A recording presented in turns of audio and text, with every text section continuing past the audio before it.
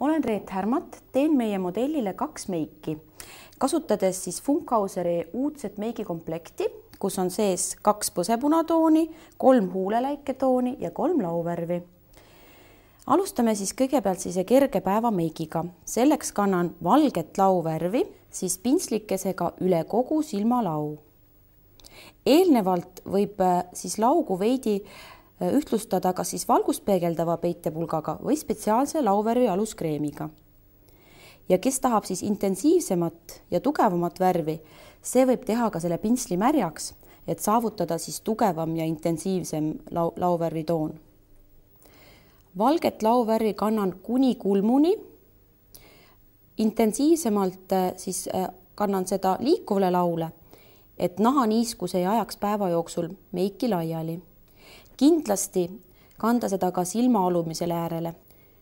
Siis ei lähe meil päeva jooksul ripsmeduss laiali ja jumestus püsib laitmatu terve päeva.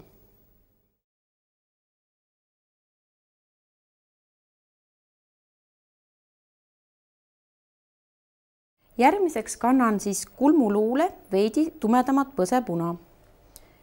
Et saada siis see varjutus õigesse kohta, tuleb lihtsalt võib-olla otse peeglisse vaadata ja nüüd see kulmuluujoon tuleb välja ja piki seda äärt me siis kanname natukene seda varjutusvärvi.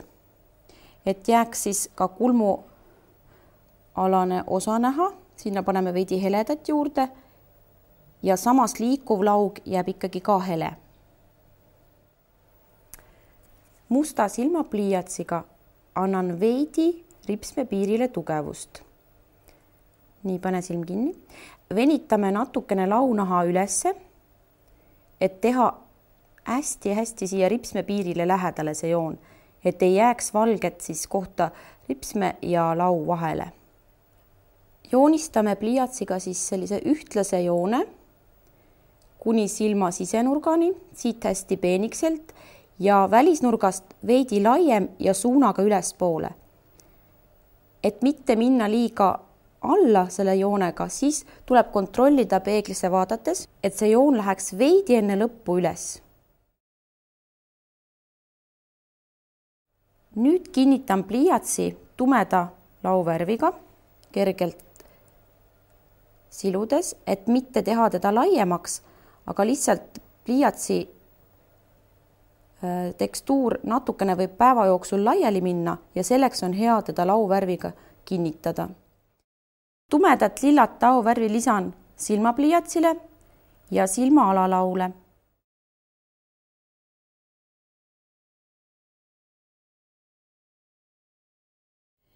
Ja lõppviimistluse anname meie silmameigile ripsmedussiga. Kindlasti värvida ära nii ülemised kui alumised ripsmed.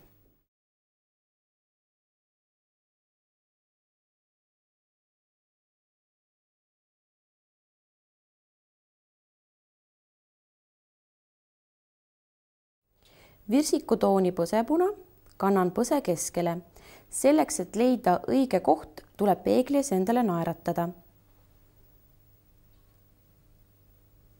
Kanname põsepuna täpselt siis põse keskel kõige kõrgemale tipule ja kergelt ringikujuliselt hajutame teda.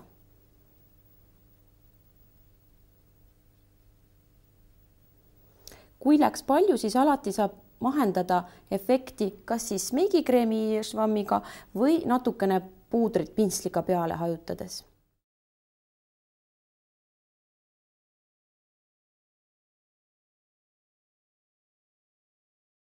Meie päevameigi lõpetame siis huulte viimistlemisega.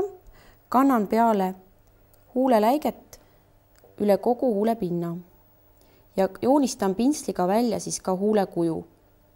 Huulepliiatsit ei pea kasutama, sest läike tekstuur on küllaltki tihke ja ta püsib huultel hästi ka ilma pliiatsita.